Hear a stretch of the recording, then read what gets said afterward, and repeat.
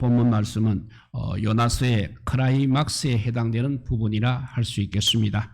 아수르의 수도인 니느웨로 가서 말씀을 전하는 하나님의 명령을 불복했다가 큰 고기에 삼켜서 죽을 고기를 넘기고 겨우 살아난 요나는 이제 다시 여호와 하나님의 명령을 받게 됩니다. 그 명령이 니느웨로 가서 내가 너에게 명한 바를 그들에게 선포하라는 그런 명령입니다. 이것은 하나님께서 요나에게 주신 또 한 번의 기회라 할 수 있는 것입니다.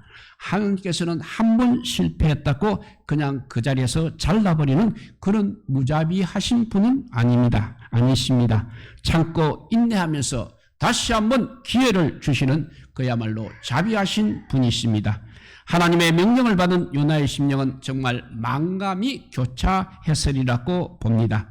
또 한 번의 기회를 주신 하나님의 그 크신 은혜에 감사하기도 했을 것입니다. 그렇다고 해서 아수르에 대한 반감이 그에게 없어진 것도 아닐 것입니다. 역사상 가장 잔인하다고 알려진 아수르의 만행을 하루아침에 잊어버리기에는 그 잔혹성이 너무나 크기 때문인 것입니다. 이번에도 요나가 불순종하게 되면 또 어떠한 불행이 닥칠지 모른다는 생각도 아마 들었을 것입니다. 잘못하면 요나의 생명을 잃을 수도 있겠다는 두려움도 있었을 것입니다. 안 가자니 하나님이 두렵습니다. 가자니 아수르에 대한 감정이 좋지 않습니다. 그래서 가기는 가되 억지로 가는 요나의 모습 우리가 상상하고도 남는 것입니다. 니느웨로 정말 가보니 니느웨는 아수르 제국의 수도답게 어마어마했습니다. 성의 규모가 생각했던 것보다 훨씬 크고 웅장했습니다. 자기가 아무리 빨리 걸어도 니느웨를 다 돌자면 꼬박 3일은 걸릴 것 같았습니다. 40이 지나면 니느웨가 무너지리라고 말씀하셨지만 이 성은 어떠한 일이 있어도 무너질 것 같지 않은 그야말로 아주 튼튼한 성이었습니다. 수많은 사람들이 살면서 발달된 문명의 이기를 누리고 있었습니다. 자기들은 전혀 생각할 수 없는 이방 민족의 문화 속에서 요나는 어떤 살기까지 느꼈을 것입니다. 그러자 갑자기 요나에게 또 다른 걱정거리가 밀려왔습니다. 하나님의 명령에 순종하여 여기까지는 왔지만 과연 내가 어떻게 하나님의 말씀을 전할 수 있을까? 내가 하나님의 명령대로 40일이 지나면 이 니느웨가 무너지리라고 하고 외치게 되면 과연 사람들이 내 말을 알아들을 수가 있을까? 오히려 사회를 불안하게 하는 인물로 지목되어 잡아다가 죽는 것은 아닐까 하는 생각이 들자 요나는 더욱더 의기소침해졌습니다. 그래도 말씀을 전해야 했던 요나는 아무런 의욕도 없이 두려움 반 억지 반으로 하나님의 말씀을 전하기 시작하였습니다.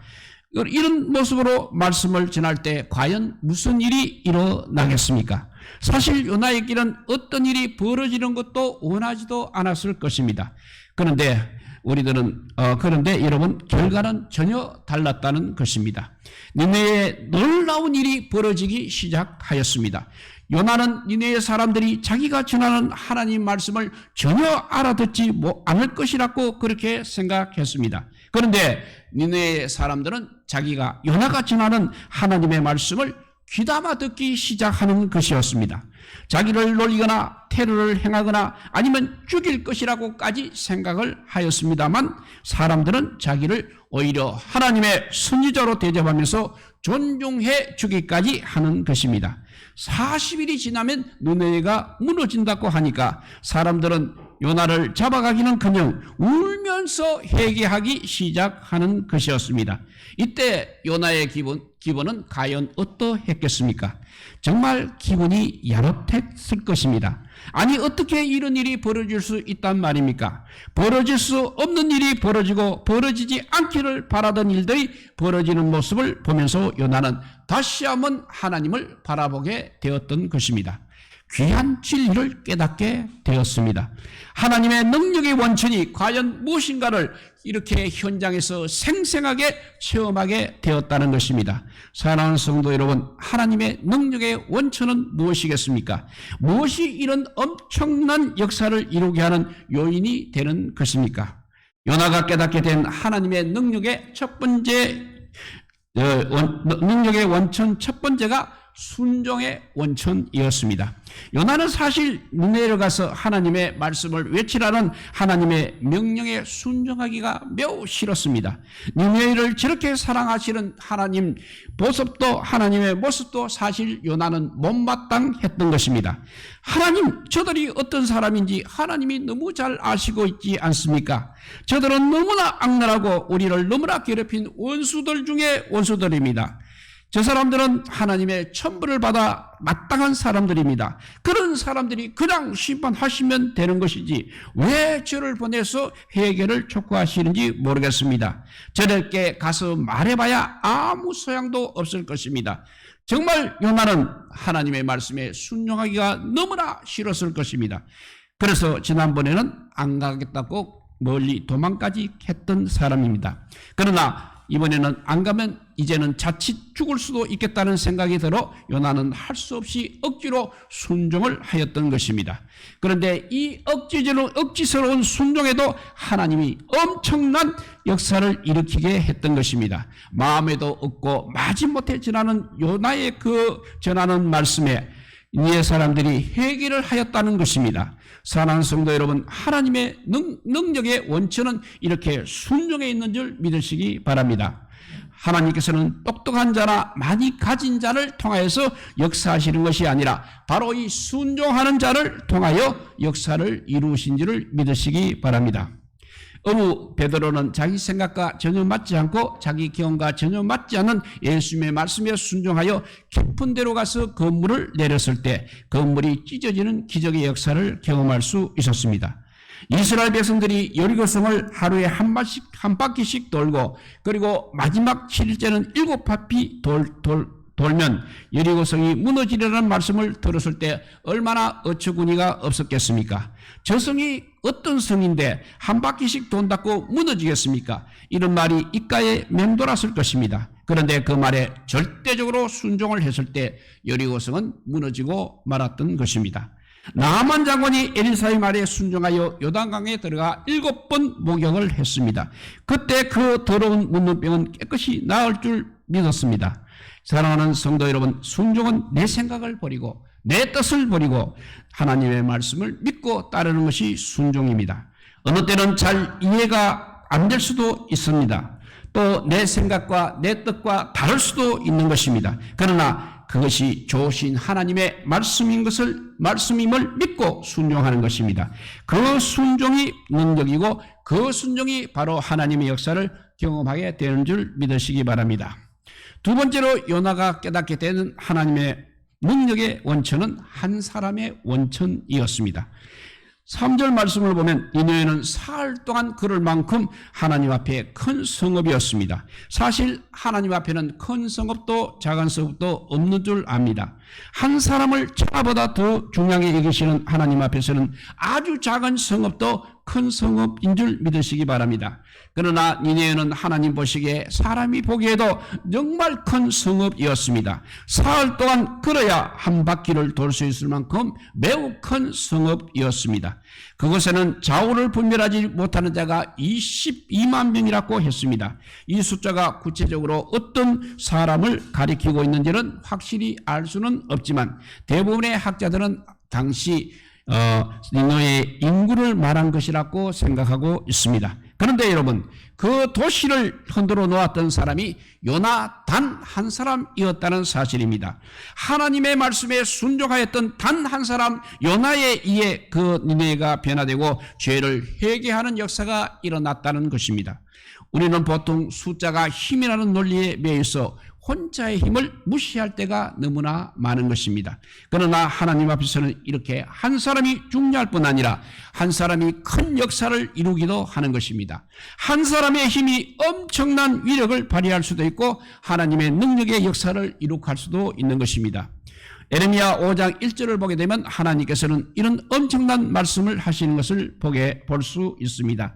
그 말씀을 읽어보면 너희는 예루살렘 거리로 빨리 다니며 그 넓은 거리에서 찾아보고 알라. 너희가 만일 정의를 행하며 진리를 구하는 자를 한 사람이라도 찾게 되면 내가 이 성읍을 용서하리라 하셨습니다. 예루살렘은 이렇게 의인 한 명이 없어서 하나님의 용서를 받지 못하고 멸망당하였습니다. 소돔과 고모라도 역시 의인 10명이 없어서 멸망을 당하고 말았습니다. 받아보는 리터당 소금기가 3.5%밖에 되지 않는다고 합니다. 그러나 그 적은 소금기가 그 큰 바닷물을 짜게 만드는 것입니다. 예수님의 한 사람의 온전한 순종이 예수님 한 사람의 온전한 순종이 온 인류를 구원하는 제2의 아담이 되게 하였습니다. 성도 여러분, 한 사람의 힘은 이렇게 절대 약하지 않고 절대 부족하지도 않다는 것입니다. 여러분 한 사람이 소중하고 여러분 한 사람이 하나님의 능력의 원천인 것입니다. 여러분 한 사람이 이 사회를 구원할 수 있고 이 나라를 구원할 수 있고 우리 교회도 부흥시킬 수 있는 것입니다. 나 한 사람이 무엇을 할 수 있을까? 자조하지 마십시오. 여러분 한 사람이 하나님 앞에 올바로 설 수 있기를 바랍니다. 요나와 같이 순종할 수 있기를 바랍니다. 여러분 한 사람을 통해서 하나님께서는 놀라운 역사를 이룰 줄 믿으시기 바랍니다. 세 번째 요나가 깨닫게 된 세 번째 하나님의 능력의 원천은 말씀의 원천이었습니다. 이런 놀라운 역사가 일어나기까지 요나가 한 일은 단 한마디, 단 하나, 하나님의 말씀을 전하는 것이었습니다. 그 말씀이 40일이 지나면 니느웨가 무너지리라는 단 한마디의 말씀이었습니다. 이 말씀은 사람이 듣기 좋은 말도 아니었습니다.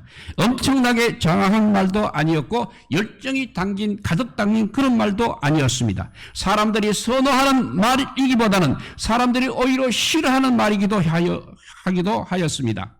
그런데 그 말씀을 전했을 때 온 도시가 회개하는 역사가 일어났다는 것입니다. 이것이 바로 말씀의 역사입니다. 히브리 기자는 말씀의 능력을 히브리서 5장 12절에 이렇게 전하고 있습니다. 하나님의 말씀은 살아있고 활력이 있어 좌우에 날선 어떤 검보다 예리하여 혼과 영과 및 관절과 골수를 찔러 쪼개기까지 하며 또 마음의 생각과 뜻을 판단한다고 했습니다. 하나님의 말씀은 있습니다. 왜냐하면 그 말씀하신 하나님께서 살아계시기 때문인 것입니다. 살아계셔서 역사하신 하나님은 절대 당신께서 하신 말씀과 의강난 것으로 역사하지는 않으십니다.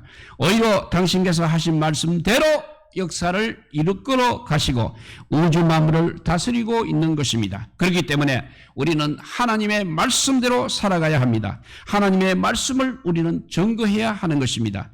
누구나 말씀 안에 거하면 변화되고 주님의 놀라운 능력을 체험하게 되는 것입니다. 미국에서는 거북이 교인이라는 말이 있다고 합니다.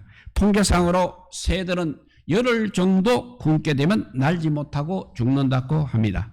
개들은 20일 정도 먹지 못하면 죽습니다. 그런데 거북이는 500일을 먹지 않고도 견딜 수 있다고 합니다. 거북이가 500일을 먹지 않고도 사는 것처럼 영의 양식인 성경 말씀을 먹지 않고 살아가는 사람을 미국에서는 거북이 교인이라고 부른다는 것입니다. 그래서 거북이 교인은 겉모양은 살아있을지 모르지만 영적으로 죽었다는 말이 되는 것입니다. 왜냐하면 먹지 못해서 힘을 쓸 수가 없을 것이고 하나님의 능력의 역사도 체험하지 못하기 때문인 것입니다. 사랑하는 성도 여러분, 아무리 삶이 분주해도 성령은 우리 삶 한가운데 반드시 있어야 하는 것입니다. 그래서 하나님의 말씀에 순종하고 하나님의 말씀을 증거하는 삶을 살아가야 하는 것입니다. 왜냐하면 사람은 떡으로만 사는 것이 아니라 하나님의 말씀으로 살기 때문입니다. 그래서 계시록 1장 3절에 이 예언의 말씀을 읽는 자와 듣는 자와 그 가운데 기록한 것을 지키는 자들이 복이 있다고 했기 때문입니다. 이제 하나님의 능력의 원천 네 번째입니다. 요나가 깨닫게 된 하나님의 능력의 원천 네 번째는 회개의 원천이었습니다. 오늘 본문 말씀을 보게 되면 하나님의 말씀을 들었던 니네 사람들은 철저하게 회개를 하였습니다.